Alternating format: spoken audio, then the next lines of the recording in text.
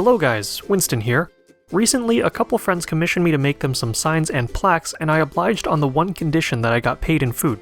These are pretty simple projects, so some of you might want to just hit mute and watch this and fast forward, but I wanted to get back to the basics and share my process since I feel like there's been a recent uptick in the number of people who are just getting started with CNC.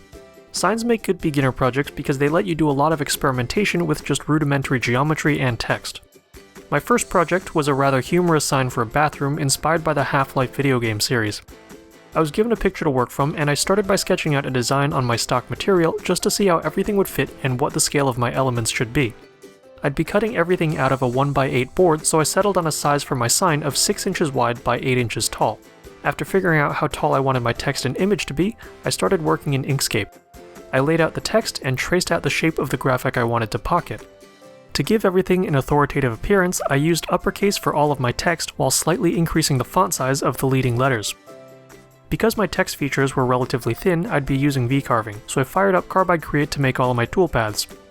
The text was V-carved with a 60-degree bit, the graphic was pocketed with a 1/16 inch end mill, and the cutout was done with a 1/8 inch end mill. These operations were all exported as separate files so I could do tool changes between them.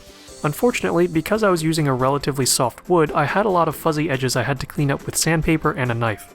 Next time I'll try to remember to use something a bit harder like cherry or oak. After I got everything in acceptable condition, I grabbed my least favorite supply box and applied some blue acrylic paint to the features. Once it dried, I sanded away the top layer to redefine my cut edges. One thing you need to be aware of is that some woods are more porous than others and colors can run through the grain of the wood. It probably would have been better for me to be more sparing with my application of paint so it would dry faster and bleed less. Next up was to chamfer the edges of the piece. Now this is a technique Edward really hates, probably for the reason that, unlike on a proper router table, you have the entire router bit and its cutting surface exposed at knuckle height. Any slip-ups could be, shall we say, regrettably messy. Now, not that I'm encouraging anyone to do this, but I feel the risks are pretty minimal with one basic precaution. When you approach the corner of your workpiece, stop pushing it towards the bit and instead pivot the piece around another corner. It'll feed the piece forward while you move your fingers in a vector that doesn't intercept the router bit. It makes it nearly impossible to slip into the router. Once my sign was chamfered, I hit it with some spray lacquer. Afterwards, when I was considering how to hang this piece, I decided to recess a sawtooth hanger in a pocket so that it could mount flush against a wall, or permit the use of adhesive mounting if that's what my client wanted. Project 1 done, deliver sign, acquire brownies. My second request was a gag award for an ugly sweater contest. To begin, my friend gave me a design he'd clearly spent a lot of time working on in PowerPoint. I brought it into Inkscape and used the trace bitmap function to turn the sweater image into a vector graphic. Unfortunately, it didn't work so well on the snowflake clip art he chose, so I went online to find a clean snowflake SVG to use instead. Some basic text finished up the design phase.